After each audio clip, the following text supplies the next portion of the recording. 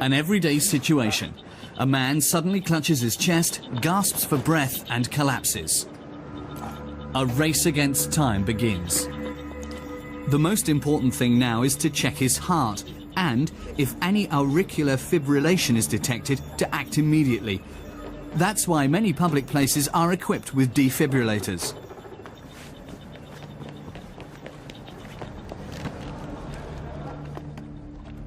The instructions for those administering first aid are quite clear.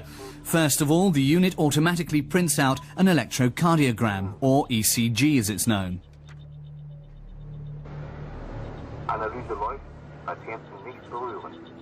If evaluation of the ECG confirms auricular fibrillation, the defibrillator is activated. It sends a high-energy shock to the heart to stimulate it. The heart begins to beat and the brain is again supplied with oxygen.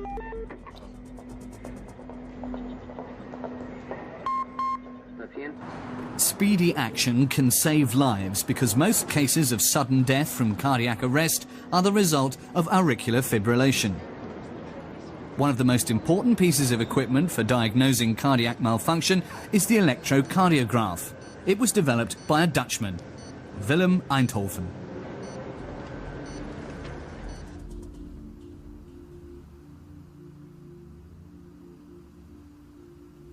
Willem Einthoven was born in 1860 in Saramang in modern-day Indonesia, the eldest son of an army medical officer.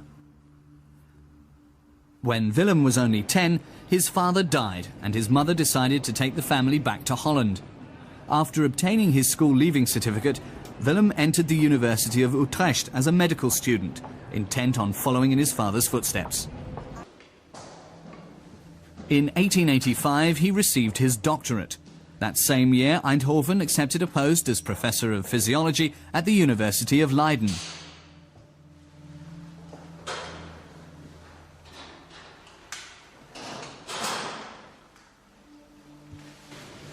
There, he also began to study the effects of electricity on the human body.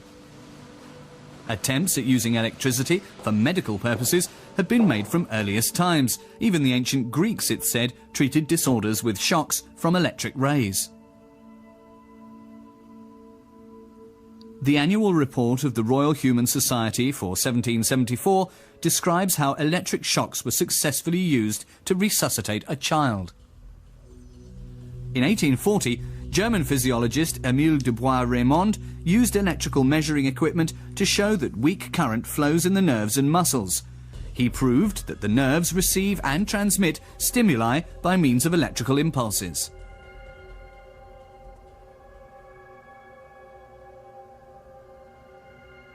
This phenomenon can be observed not only in the nerves but also in the muscles, because they need an electrical impulse in order to contract. The heart muscle is a very special kind of muscle because it can generate these electrical impulses itself. The impulses are generated by the sinus node, the heart's natural pacemaker, and propagated throughout the heart muscle. Excited by these stimuli, the cells of the heart muscle contract. This contraction compresses the heart like a bellows that's squeezed, thus enabling it to work like a pump.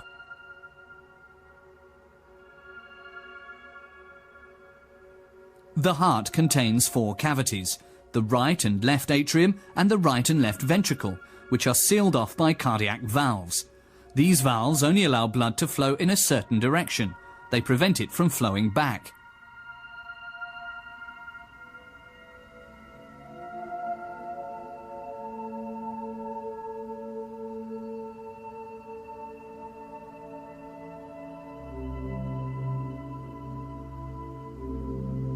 The right side of the heart pumps oxygen-poor blood to the lungs, where it receives a fresh supply of oxygen. The left side of the heart pumps oxygen-rich blood to the body. The muscles then relax and the cycle begins again.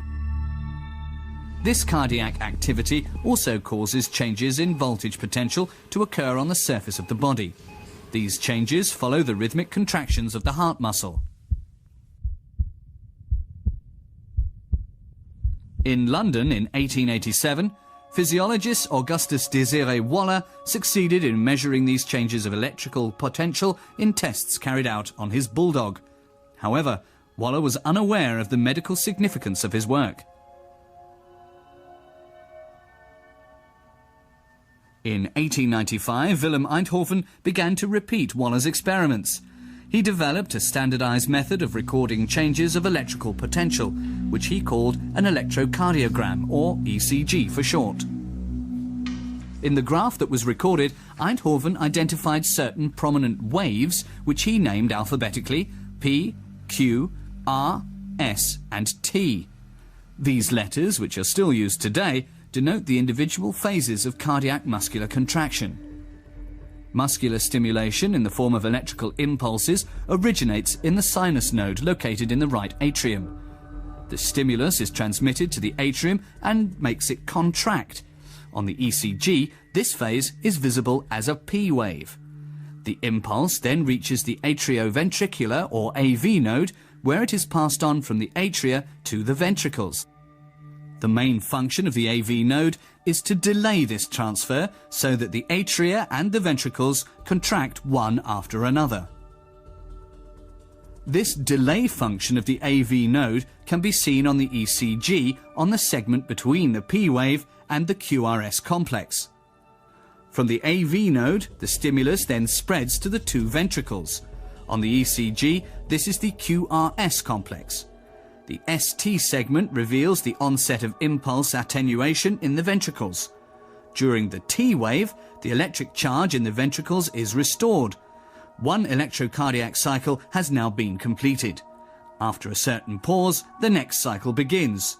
The shorter the pause, the higher the cardiac frequency.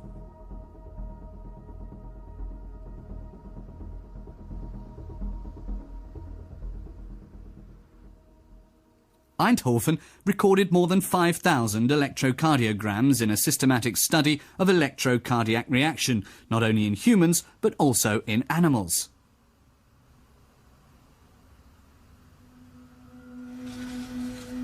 With the help of a device normally used in telegraphy, Einthoven developed a measuring instrument which enabled him to record the minute differences in electrical potential on the skin on a photographic plate.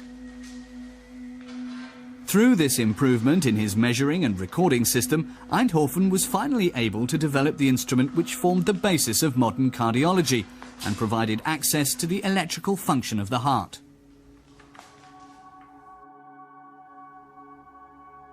Einthoven stipulated how the electrodes were to be attached to the body, one each to the left and the right arm and one on the left leg. The differences in potential between these 3 points are measured and portrayed on 3 different ECG graphs, known as derivations. The Einthoven derivations are still used today by emergency services.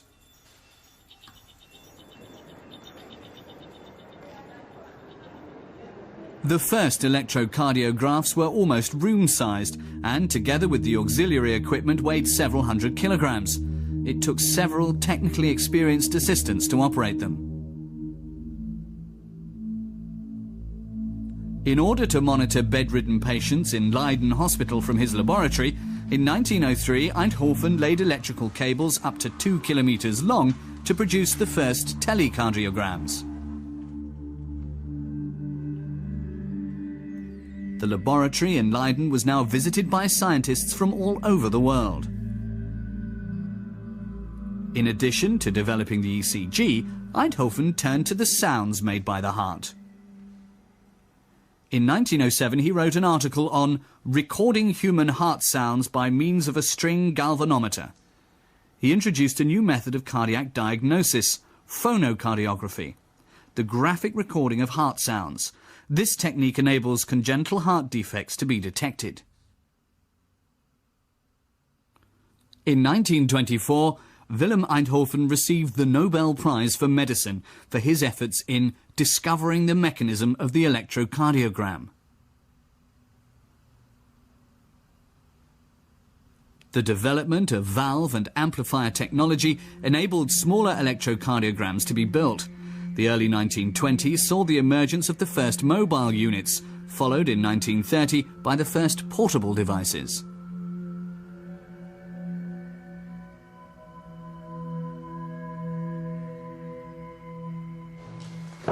Willem Einthoven never witnessed these developments. He died on September the 28th, 1927. But through his electrocardiographs, he had made his name immortal in the field of medicine. The ECG has been used for monitoring patients and for long-term recording ever since the 1950s. Electrocardiography has become the most important diagnostic method in cardiac medicine. Often the ECG also forms an integral part of routine health checks. The graph tells the doctor if the patient is suffering from arrhythmia or whether there is a problem with the propagation of electrical impulses in the heart muscle. Characteristic changes in the ECG graph enable heart disease to be diagnosed, like an impending heart attack, and even one that occurred some time ago.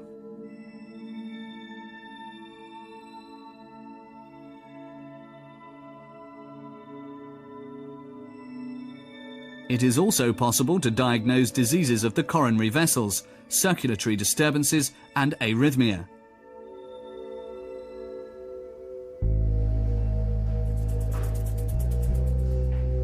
Today, the electrocardiograph is an indispensable part of cardiac diagnosis.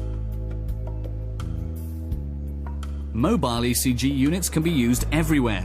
With the help of cell phones, doctors can transmit data straight to a specialist at hospital who then makes the diagnosis and decides on the treatment.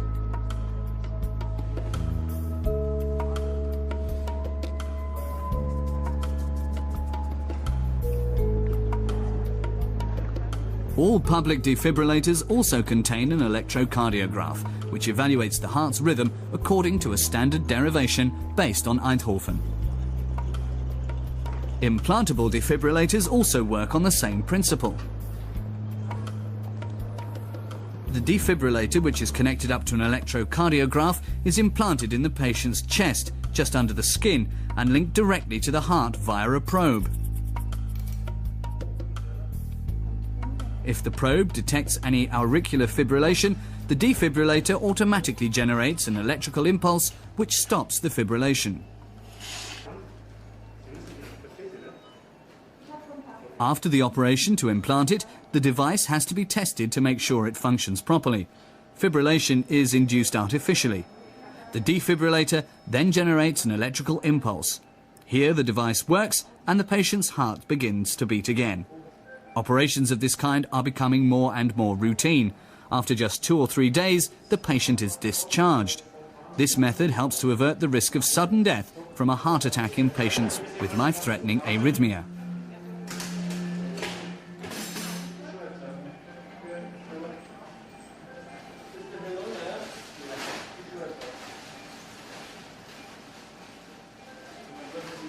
Doctors today use other types of electrical diagnostic equipment which function similar to an ECG, like an electroencephalogram, EEG for short.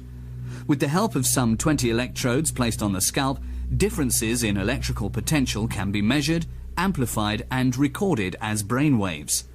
The EEG enables morbid changes in the electrical activity of the brain to be registered.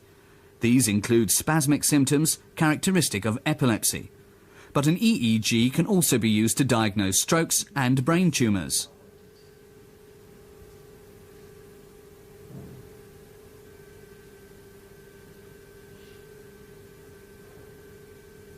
Through his basic research, Willem Einthoven made a major contribution to the development of these diagnostic methods.